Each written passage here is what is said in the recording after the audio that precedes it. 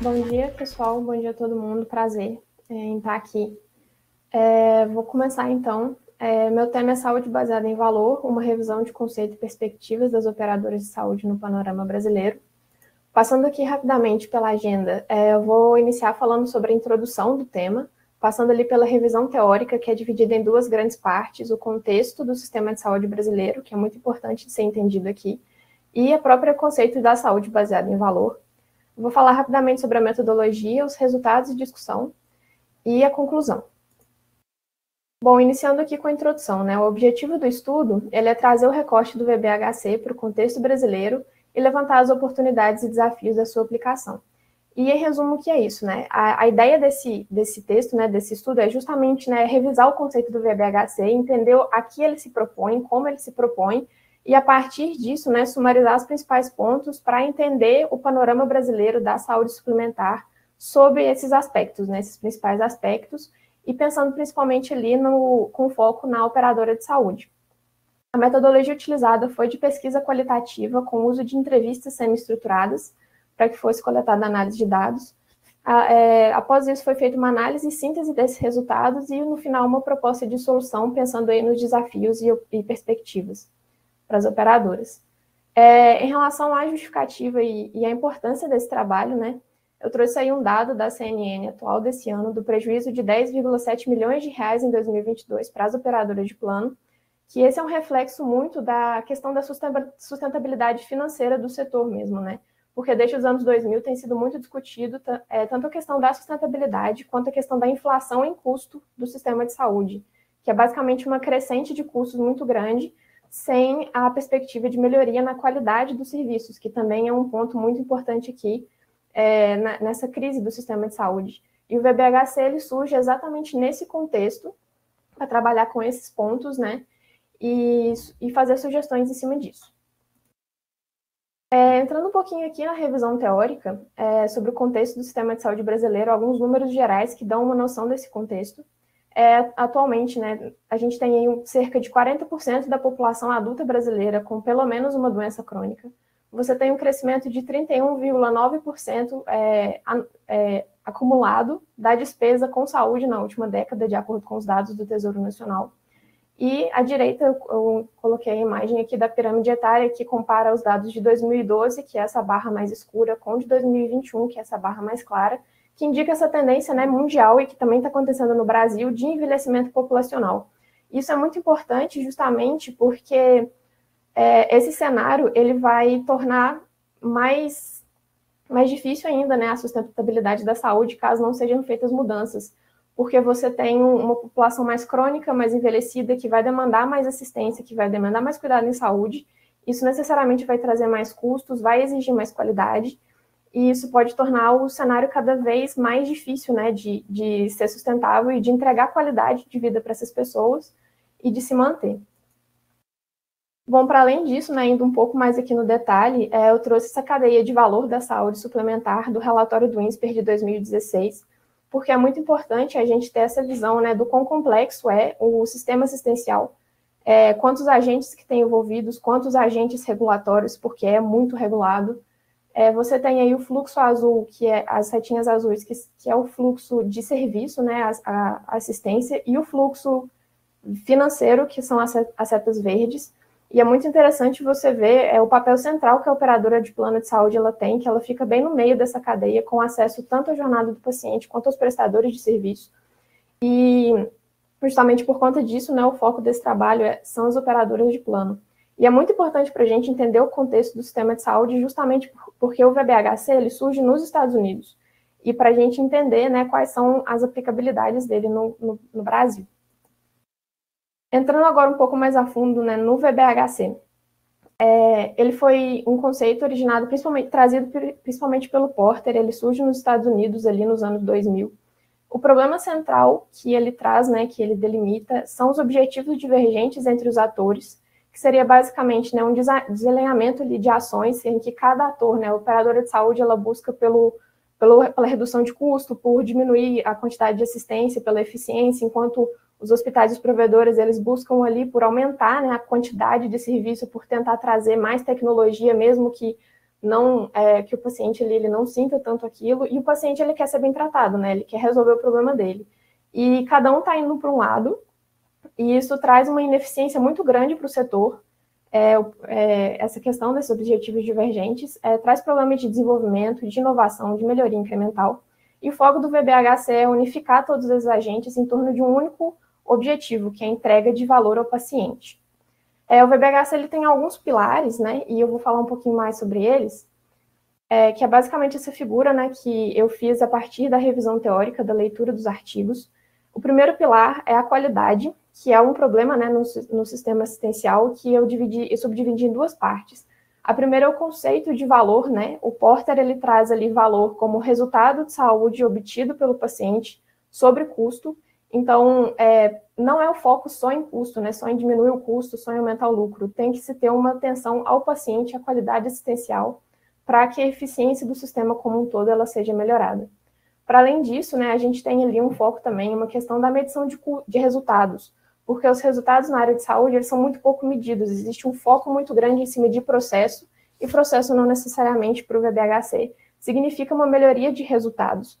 Então, se você não consegue medir os resultados, você não consegue saber se aquilo foi, de fato, benéfico ou não para o paciente, né, que é o principal cliente disso tudo.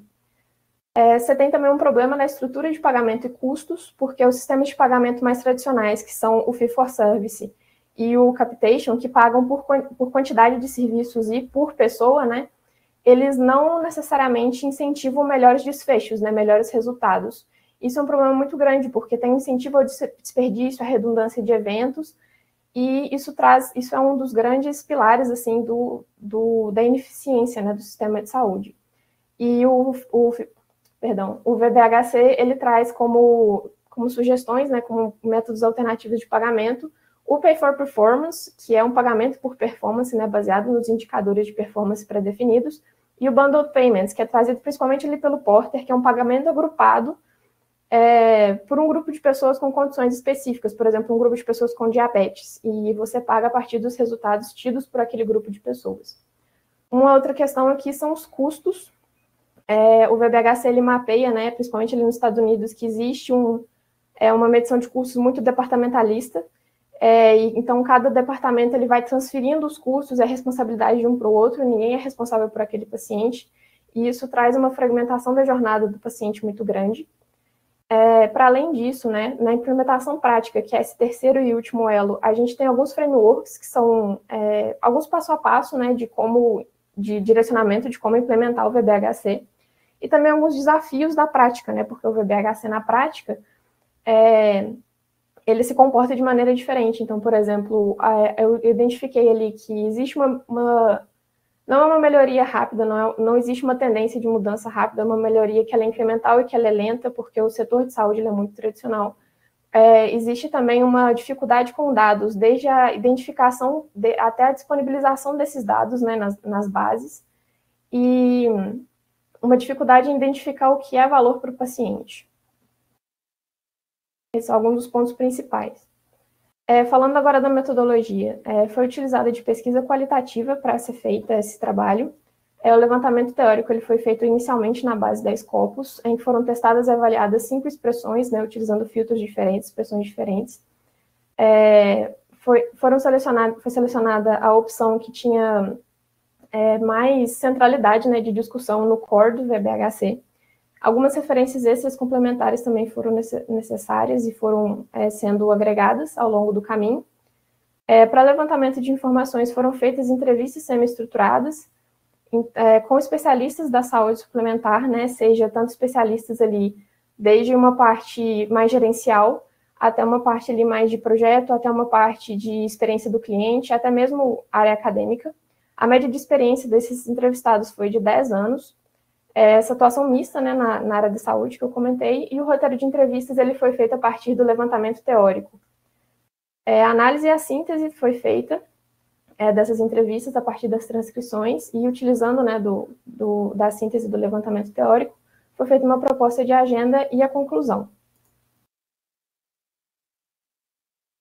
a respeito, né, dos resultados de discussão.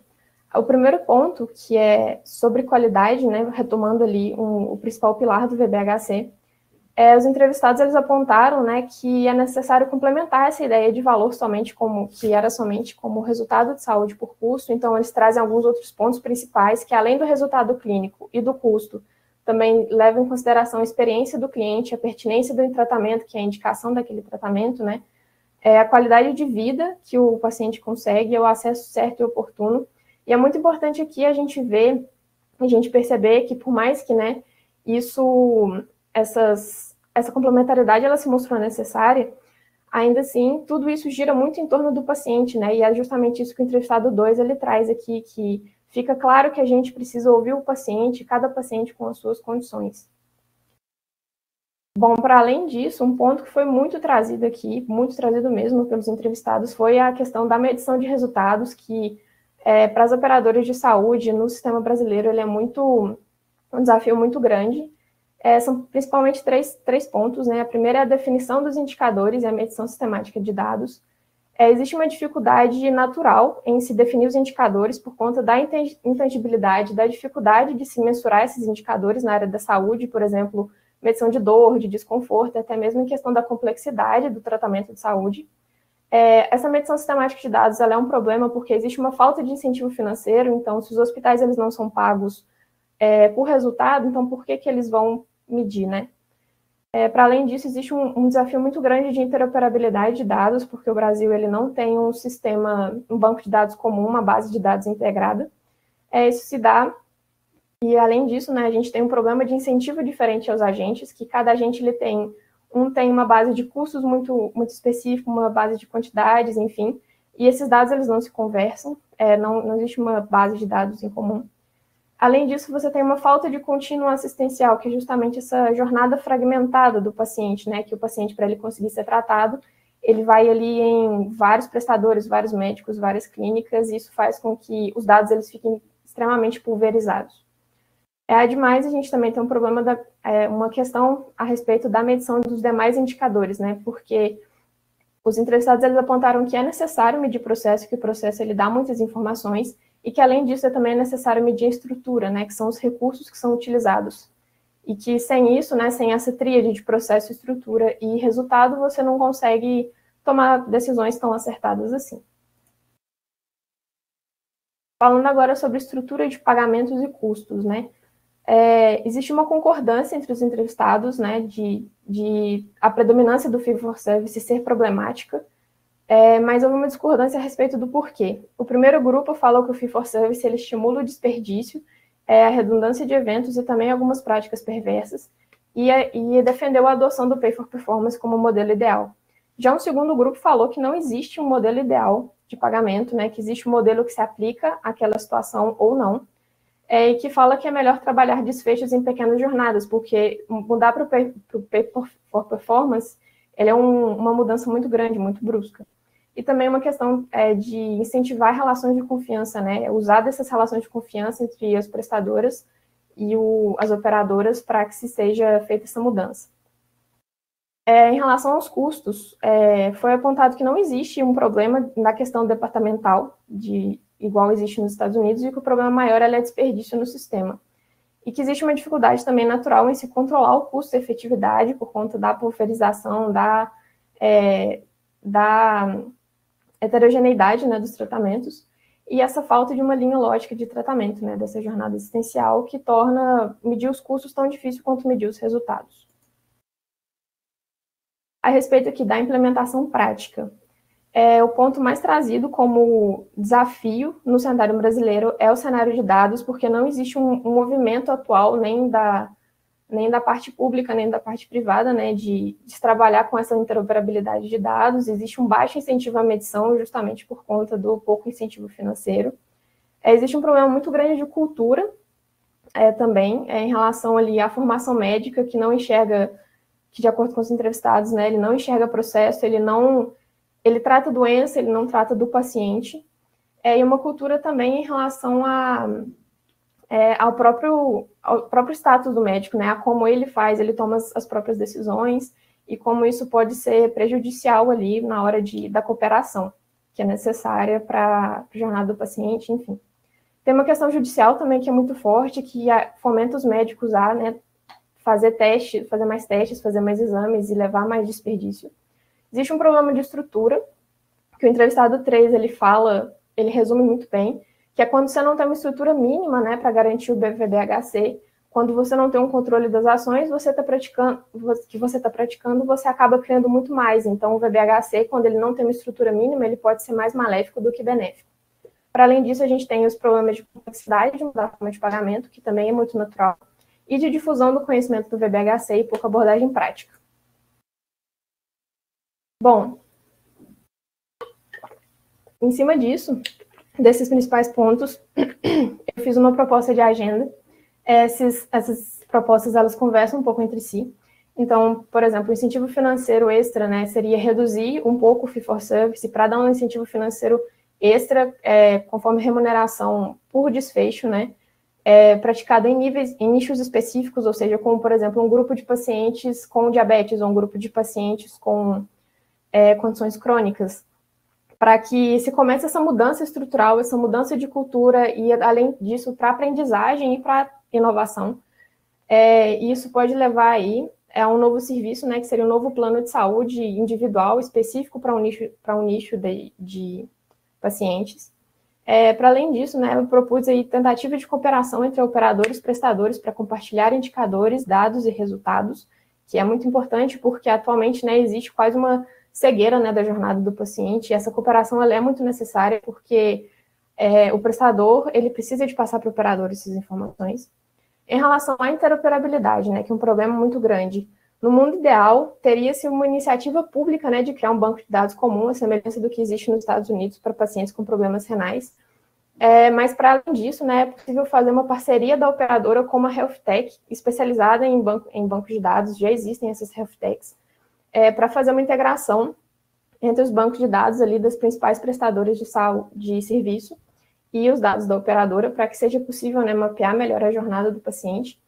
E, para além disso, uma solução tecnológica, como a Health Tech seria um aplicativo, um site, que direcionaria, registraria e acompanharia a jornada do paciente. Então, ele poderia informar ali os sintomas que ele está sentindo, ser direcionado para um médico da família ou direto para o especialista, depender da gravidade. E, a partir disso, né, ser feita o registro de quais foram as consultas que foram feitas, qual que é o NPS que ele deu para aquela prestadora, para aquele médico, como que ele está sentindo, qual que é o nível de dor, que é para a própria operadora começar a ter ali uma base de dados e um contato mais próximo com o cliente. Para além disso, né, seria possível usar essa solução tecnológica como canal de comunicação ali com o beneficiário. Isso seria bom tanto para a prestadora, que teria esse contato mais próximo e esse volume de indicadores e de informações ali mais próximo com o cliente, e também até para os próprios prestadores de serviço que poderiam, né, trabalhar em conjunto aí para melhorar a qualidade assistencial e diminuir os custos.